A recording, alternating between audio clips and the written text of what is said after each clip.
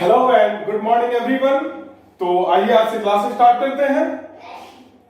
कल आप लोगों को शून्य के बारे में मैं बता रहा था और कल मैंने आप लोगों को एक फॉर्मूला बताया था कि जितना बहुपद का घात होता है उतना ही शून्यकों का संख्या होता है। रैखिक बहुपद के बारे में मैंने आप लोगों को बता दिया था। आज हम लोग शुरू करते हैं द्विघात बहुपद के बारे में। तो आइए द्विघात बहुपद के शून्यकों की संख्या 2 होती है।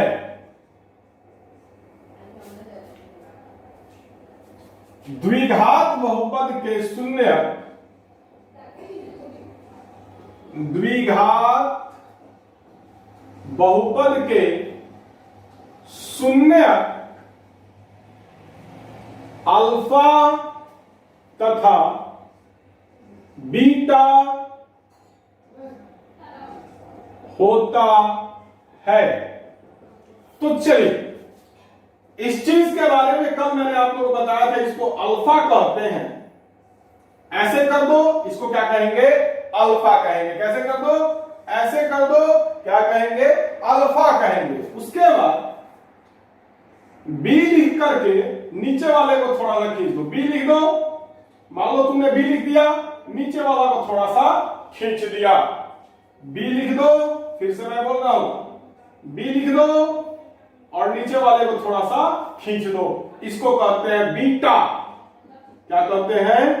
बीटा।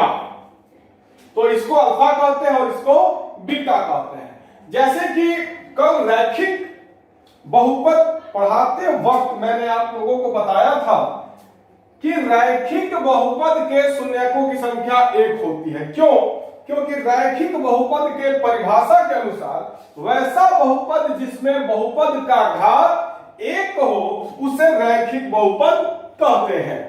तो बहुपद का घात जब 1 है तो शून्यकों का संख्या भी कितना होगा? 1 होगा। और मैंने ये भी बताया था कि रैखिक बहुपद का शून्यक अल्फा होता है। उसी प्रकार द्विघात बहुपद का शून्यक के बारे में हम चर्चा करेंगे। तो द्विघात बहुपद का परिभाषा होता है वैसा बहुपद जिसमें बहुपद का घात 2। नाम से ही स्पष्ट हो रहा, द्विघात बहुपद मतलब बहुपद का घात कितना है? 2 है। तो वैसा बहुपद जिसमें बहुपद का घात 2 हो द्विघात बहुपद कहलाता है। अब ध्यान से समझिएगा, जब बहुपद का घात 2 है तो शून्यकों का संख्या भी कितना होगा? 2 होगा। कैसे?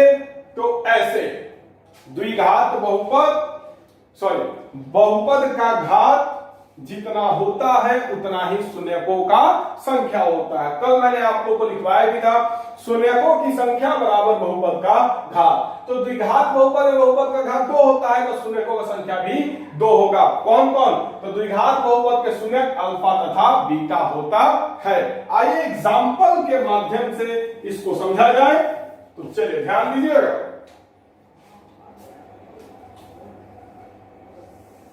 दो एग्जाम्पल मैं आप लोगों को बताऊंगा। एक एग्जाम्पल है x² + 7x + 10। इसका शून्यक निकाला जाए। तो जब शून्यक द्विघात बहुपद का शून्यक निकालना आप लोगों को मैं सिखा रहा था तो सबसे पहला एग्जाम्पल मैंने यही बताया था। उस एग्जाम्पल से आप लोग देख सकते हैं कि शून्यक कैसे निकाला जाता है। हम डायरेक्ट शून्यक निकालेंगे। ये एक द्विघात बहुपद है, x² मतलब x का घात कितना है? 2 है, मतलब ये क्या है? एक द्विघात बहुपद है। अब ये क्या हो गया?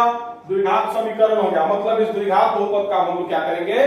तो शून्यक निकालेंगे। आइए शून्यक निकाला जाए।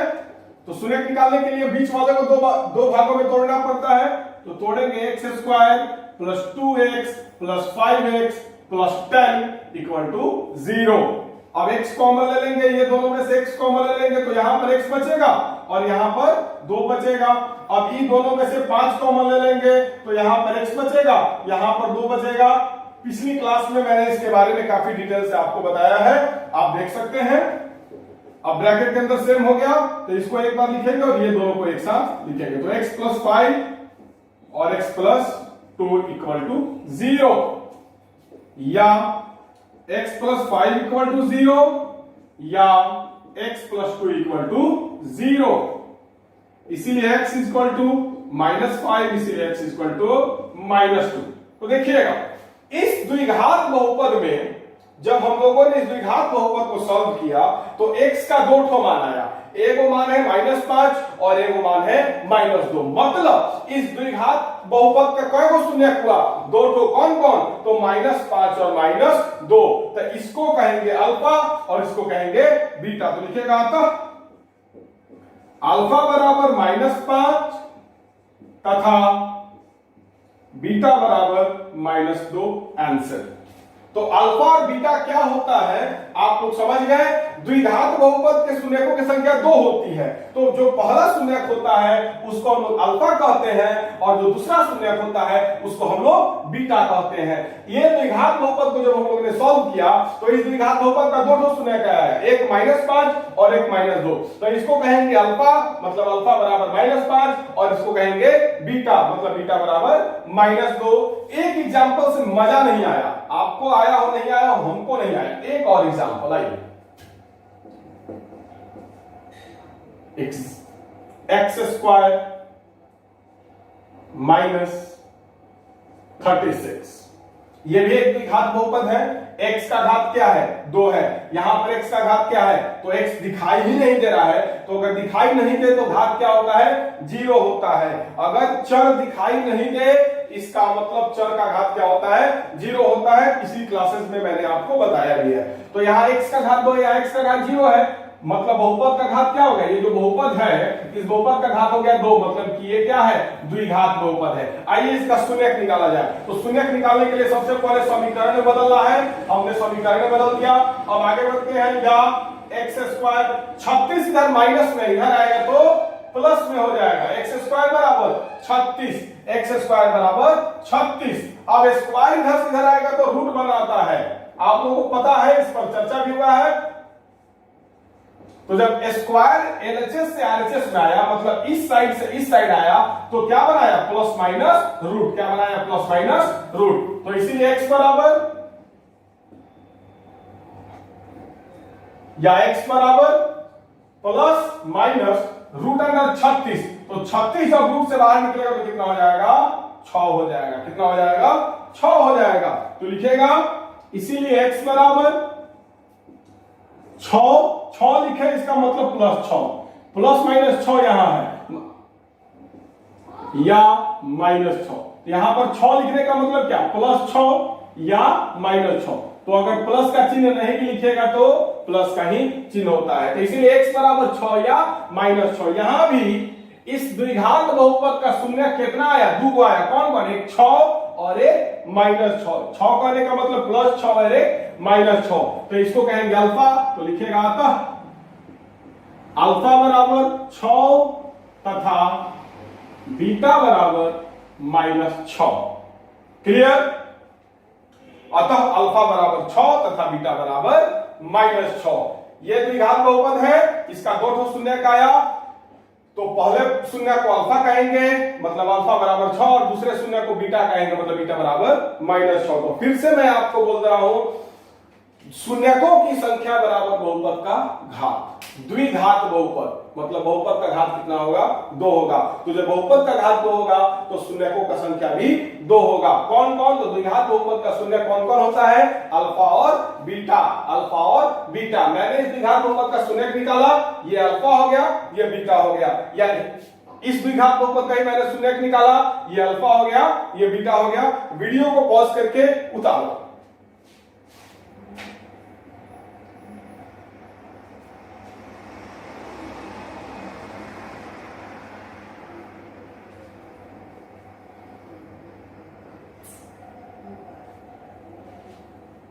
अब आगे बढ़ते हैं। तो आइए,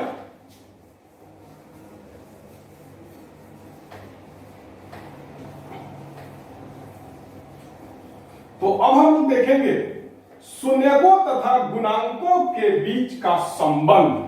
क्या देखेंगे? शून्यकों तथा गुणांकों के बीच का संबंध। तो आइए अब हम लोग देखेंगे। तो देखिए, द्विघात बहुपद, द्विघात बहुपद क्लियर। आप लोगों को 10th में सिर्फ और सिर्फ द्विघात बहुपद के बारे में ही पढ़ना है। अब इसका व्याख्या हम करेंगे। मानक रूप क्या होता है द्विघात बहुपद का? मानक रूप आप लोगों को मैंने बताया था ax² plus bx plus c, यही होता है मानक रूप, जहां a बराबर 0 नहीं होगा। जहां a जो है 0 नहीं होगा, इस पर बहुत चर्चा हम लोग कर चुके हैं। यहां a का मतलब क्या होता है? x² का गुणांक, इसके बारे में भी चर्चा हम लोग किए हुए हैं। b का मतलब क्या होता है? x का गुणांक। और c का मतलब क्या होता है? अचर पद, मतलब जिसके साथ कोई चर दिखाई नहीं दे, या x के पावर 0 का गुणांक। इसके बारे में हम लोग बहुत चर्चा कर चुके हैं। अब दूसरा स्टार देखिएगा, शून्यक। तो द्विघात बहुपद का शून्यक क्या होता है? अल्फा तथा बीटा, अल्फा तथा बीटा। अब समझिएगा। अब अगला टॉपिक है शून्यकों एवं गुणांकों के बीच का संबंध। शून्यकों तथा गुणांकों के बीच का संबंध। तो आइए, मानक रूप आप लोग जान चुके हैं। a क्या है? x² का गुणांक है। b क्या है? x का गुणांक है। c क्या है? अचर पद या x के पावर 0 का गुणांक है। शून्य क्या क्या होता है? अल्फा तथा बीटा। अब हम लोगों को देखना है शून्यकों एवं गुणांकों के बीच का संबंध। मतलब शून्यक मतलब अल्फा और बीटा, और गुणांक का मतलब a b c। a b c द्विघात बहुपद में गुणांक कौन कौन है? a है, b और c है। तो अल्फा तथा बीटा एवं a b तथा c के बीच में दो संबंध होता है। यहां पर है शून्यकों तथा गुणांकों के बीच का संबंध। तो इस शून्यकों और गुणांकों के बीच में दो संबंध होता है। क्या? तो आइए, पहला संबंध होता है शून्यकों का योग बराबर माइनस, रुक जाइए थोड़ा सा लाइन को ऊपर कर दे रहे हैं, माइनस b का गुणांक, सॉरी x का गुणांक बटा x² का गुणांक। तो चलिए समझिएगा, पहला संबंध क्या है? शून्यकों तथा गुणांकों के बीच का संबंध हम आपको बता रहे हैं। तो पहला संबंध क्या है? तो शून्यकों का योग बराबर माइनस x का गुणांक बटे x² का गुणांक, या इसको हम लोग ऐसे लिखते हैं शून्यकों का योग। शून्य कौन कौन है? अल्फा और बीटा है, मतलब अल्फा प्लस बीटा। शून्यकों का योग यही ना होगा, अल्फा प्लस बीटा। शून्यकों का योग, शून्य कौन कौन है? अल्फा प्लस बीटा, और योग का मतलब जोड़, मतलब अल्फा प्लस बीटा। शून्यकों का योग का मतलब अल्फा प्लस बीटा बराबर माइनस x का गुणांक। तो आइए, x का गुणांक, x का गुणांक क्या होता है? b होता है।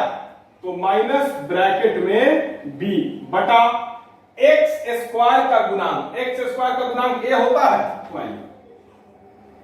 तो ये होगा पहला संबंध। भाषा में अगर लिखा जाए तो ये होगा शून्यकों का योग बराबर माइनस x का गुणांक बटे x² का गुणांक। सिंबल में अगर लिखा जाए तो अल्फा प्लस बीटा बराबर माइनस ब्रैकेट में b, क्योंकि b पॉजिटिव भी होता है इसलिए हम यहां पर ब्रैकेट लगाए हैं। एग्जांपल समझाएंगे, आपको काफी अच्छी तरीके से समझ में आ जाएगा। तो माइनस b बटा a। वीडियो को पॉज करके उतारिए, फिर हम लोग मतलब कि दूसरे संबंध के बारे में जानेंगे। तो वीडियो को पॉज करके उतारेंगे। अब देखिएगा शून्यकों तथा गुणांकों के बीच का संबंध। अल्फा और बीटा क्या है? शून्यक है। बी और ए क्या है? गुणांक है। बी और ए, बी क्या है? एक्स का गुणांक है, ए क्या है? एक्स स्क्वायर का गुणांक है। तो बी और ए क्या है? गुणांक है। अल्फा और बीटा क्या है? शून्यक है। तो ये हो गया आपको शून्यकों एवं गुणांकों के बीच का संबंध। माइंड में सेट कर लीजिएगा, शून्यकों और गुणांकों के बीच में दो संबंध होता है। ये पहला संबंध है। अब आगे बढ़ते हैं। तो आइए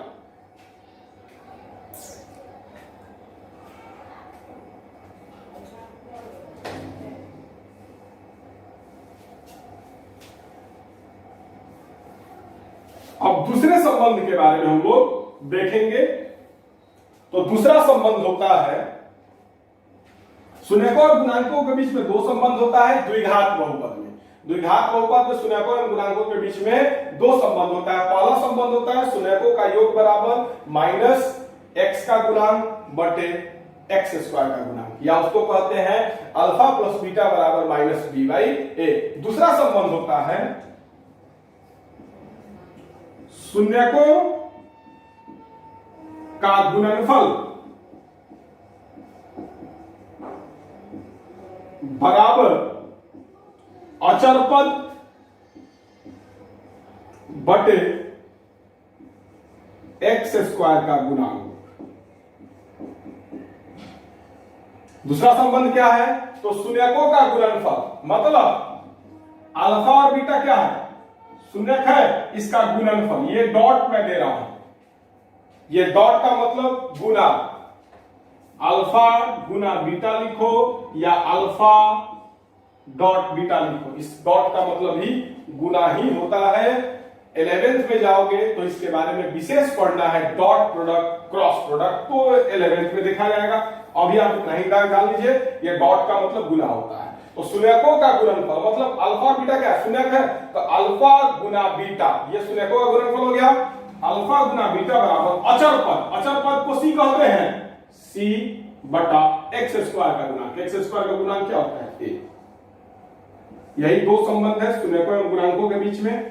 तो पहला संबंध क्या था? तो अल्फा प्लस बीटा बराबर माइनस बी बाई ए। पहला संबंध क्या था? तो अल्फा प्लस बीटा बराबर माइनस बी बाई ए। दूसरा संबंध क्या है? अल्फा इंटू बीटा बराबर सी बाई ए। दूसरा संबंध क्या? अल्फा इंटू बीटा बराबर सी बाई ए। अल्फा और बीटा क्या है? शून्यक है, और सी और ए क्या है? तो सी अचर पद है, या एक्स के पावर 0 का गुणांक भी कह सकते हैं, और ए क्या है? एक्स स्क्वायर का गुणांक है। तो कुल दो संबंध है शून्यकों एवं गुणांकों के बीच में। कौन कौन? तो पहला संबंध है अल्फा प्लस बीटा बराबर माइनस बी बाई ए। दूसरा संबंध है अल्फा गुना बीटा बराबर सी बाई ए। ए, बी और सी क्या है? तो एक्स स्क्वायर का गुणांक है, एक्स का गुणांक और अचर पद है। अल्फा और बीटा क्या है? शून्य है। तो वीडियो को पॉज करके इसको उतारिएगा, पहले नियम के नीचे इस दूसरे नियम को उतारिएगा। उतारिए, एग्जांपल से समझेंगे।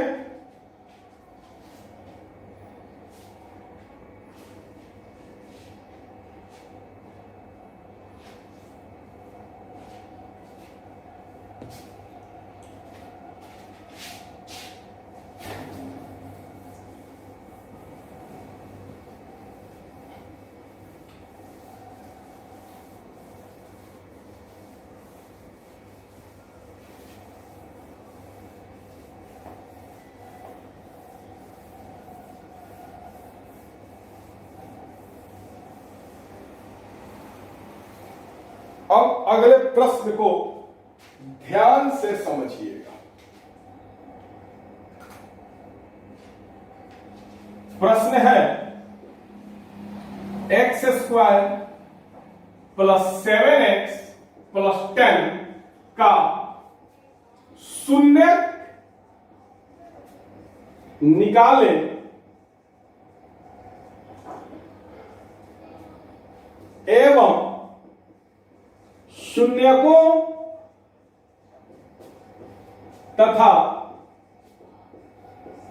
गुणांकों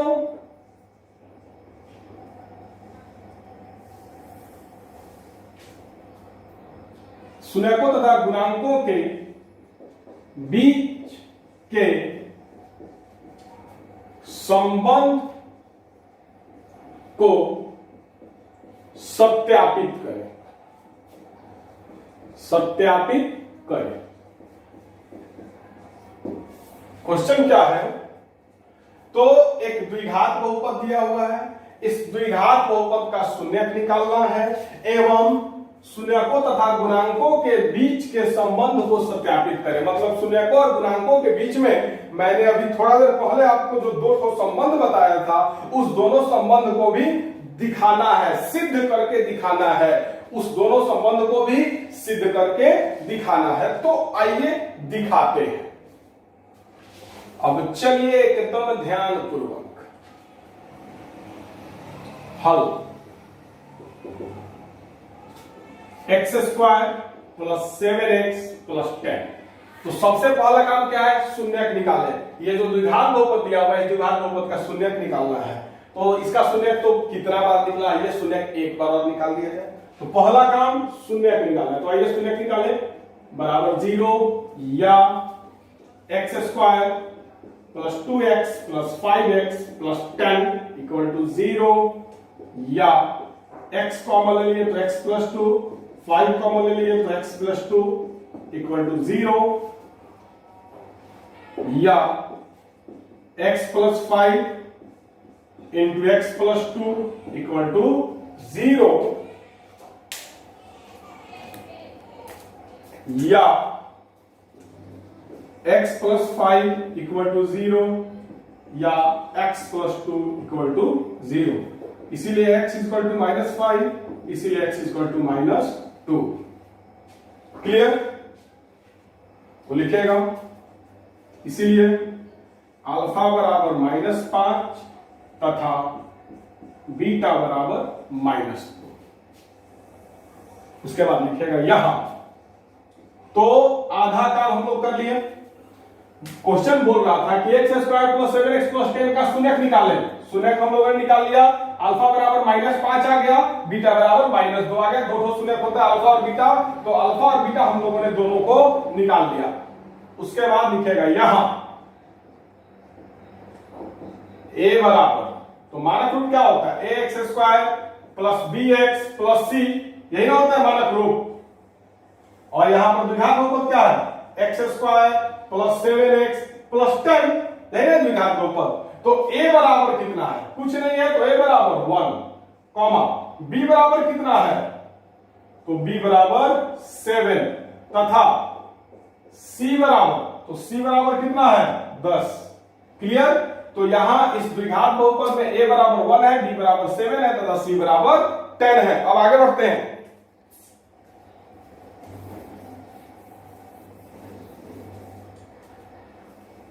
तो चलिए ध्यानपूर्वक समझिएगा। अब हम लोग क्या करना है?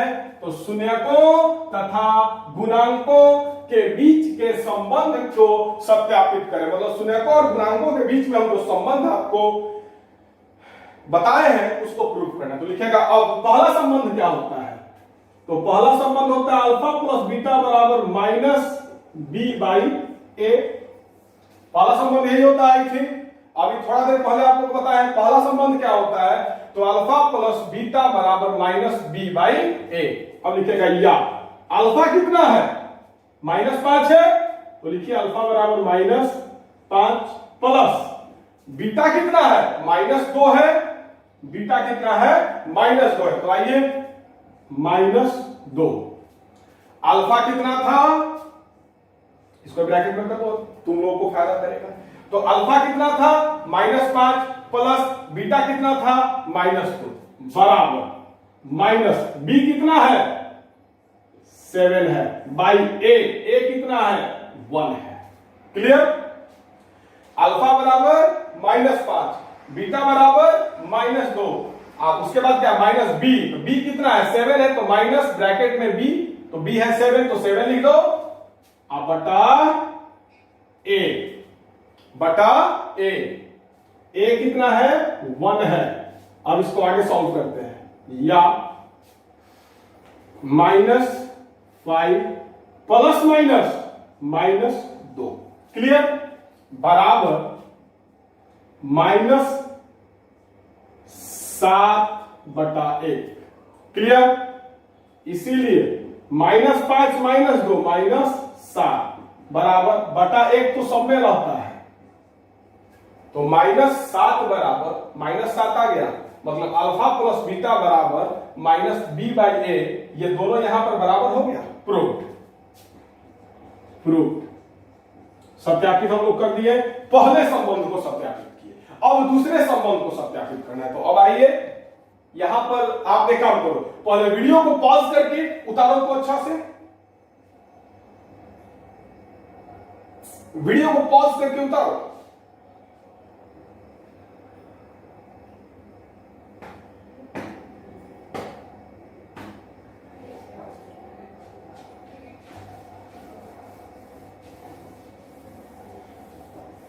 अब देखो, तो पहला संबंध जो था शून्यक और गुणांकों के बीच में क्या था, अल्फा प्लस बीटा बराबर -b/a, जिसको हम लोग सिद्ध कर दिए। अब दूसरे संबंध पे, तो इसके बाद लिखिएगा तथा दूसरा संबंध क्या था, तो अल्फा इंटू बीटा बराबर c/a।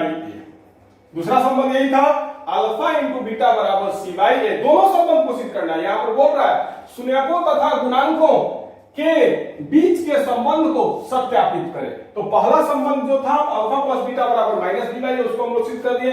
दूसरा संबंध है अल्फा इंटू बीटा बराबर c/a, इसको सिद्ध करना है। तो आइए, अल्फा कितना है -5 गुना बीटा कितना है -2 बराबर c/a। c कितना है 10, अब बटा a कितना है 1। अब देखिएगा, माइनस गुना माइनस क्या होता है, प्लस होता है, माइनस गुना माइनस, यहां डॉट है बाबू, वीडियो में अगर दिखाई नहीं दे तो समझ जाना, यहां डॉट है मतलब गुना, तो माइनस गुना माइनस क्या होता है प्लस, 5 गुना 2 10, और प्लस का चिन्ह हम लोग लिखते नहीं है, ऐसे ही प्लस है, बराबर बटा 1 तो सब में रहता है। तो अल्फा इंटू बीटा बराबर भी 10 आ गया, c/a बराबर भी 10 आ गया, मतलब ये दोनों क्या है बराबर है। प्रूव्ड। आप लोग उतार सकते हो, तो वीडियो को पॉज करके उतारो।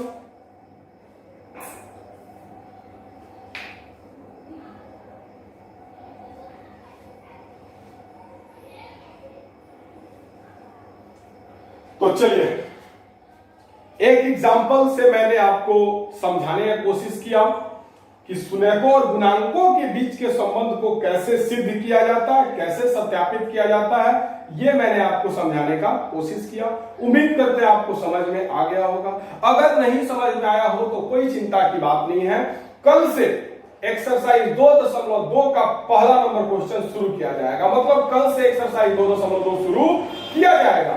तो जब पहला नंबर में कुल आपको 6 प्रश्न है, 6 प्रश्न यही है, 6 के 6 प्रश्न में क्या करना है, शून्यक निकालना है एवं शून्यकों तथा गुणांकों के बीच के संबंध को सिद्ध करना है। 6 प्रश्न यही करना है। तो कल से उसको पढ़ा जाएगा।